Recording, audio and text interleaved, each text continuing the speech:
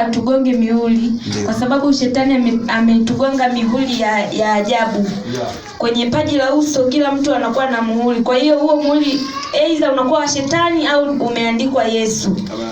Kwa siku ile hapa kweli mimi nilimuona Mungu. Yaani niliona vitu vya ajabu sana.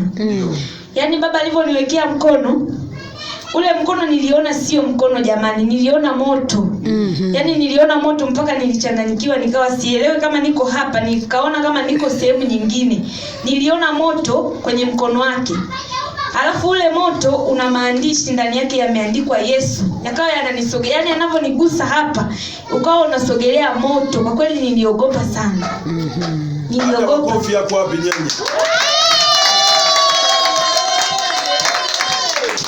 Kama nikuwekea mkono unaweza ukaona kama ni kawaida, lakini sio kawaida jamani.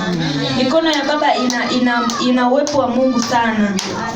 Kwa kweli siku ile nilimuona Mungu. Yaani niliona maandishi ya moto. Ya live bila chenga.